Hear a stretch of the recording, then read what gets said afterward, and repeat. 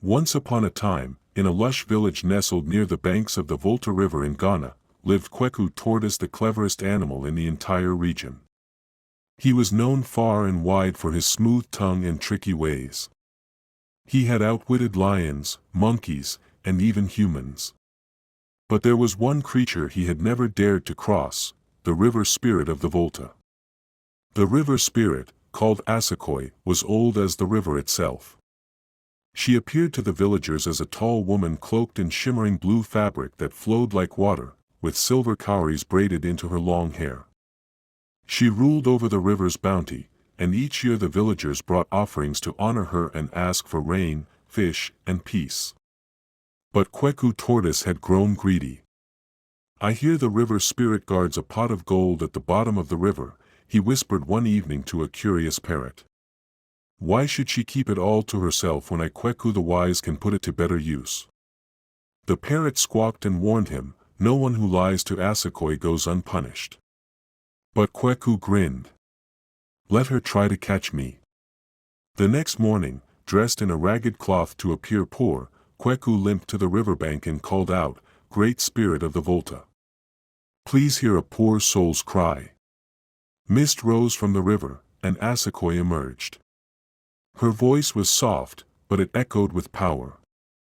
"What do you seek, little tortoise?" "I come with sorrow," Kweku lied. "My family is starving. Our farm has dried up, and we have no yams, no fish, nothing. I beg you for a single gold coin to buy food." The spirit studied him.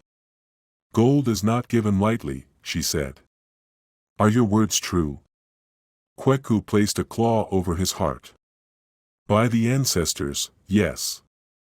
Moved by his false plea, Asakoi dipped her hand into the river and pulled out a single golden coin that shimmered like the sun.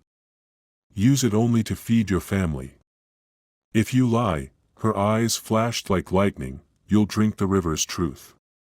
Kweku bowed low and took the coin. But the moment the spirit vanished into the mist, he danced with joy. Fools! Spirits and their warnings. 3 days later, Kweku returned. This time he cried louder, coughed harder, and even dabbed his shell with ash to look thinner. "Great Asakoi! My village was robbed. The gold you gave me, it was taken. My family still suffers." The spirit appeared again, her gaze sharper this time. "Are you sure, Kweku Tortoise?" He fell on his belly. "I would never lie to the river." Asakoi sighed and handed him another coin, this one even larger. "This is your last gift. If your tongue is false, the river will rise against you." But Kweku could not stop. He returned again and again, each time with a new tale of woe, bandits, drought, sickness. The spirit gave him coins and once even a sack of pearls. Kweku used them not to feed anyone, but to build a giant mansion under a baobab tree and host feasts for animals who praised his riches. One day, the river ran low. Fish stopped swimming near the shore. The sky turned gray. The elders of the village gathered and prayed at the riverbank. "Asakoi," they begged, "why do you withhold your blessings?" The spirit appeared, her face troubled. "One of you has brought deceit to the waters. Until the liar confesses, the river will turn away." That night, a wise old goat told the villagers what she had seen, Kweku Tortoise sneaking to the river again and again. The truth spread like wildfire. The next morning, the animals dragged Kweku to the riverbank and forced him to kneel. "Asakoi," they cried. "Here is the liar."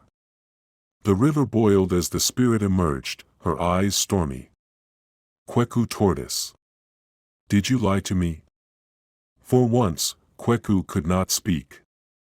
His throat felt dry, and his clever tongue stuck to the roof of his mouth. "You fed lies to the river," the spirit declared. "Now the river will feed you the truth." In a blink, water rose and spun around Kweku like a whirlpool. It lifted him into the air, then hurled him into the river. He sank, but instead of drowning, he landed in an underwater chamber filled with mirrors.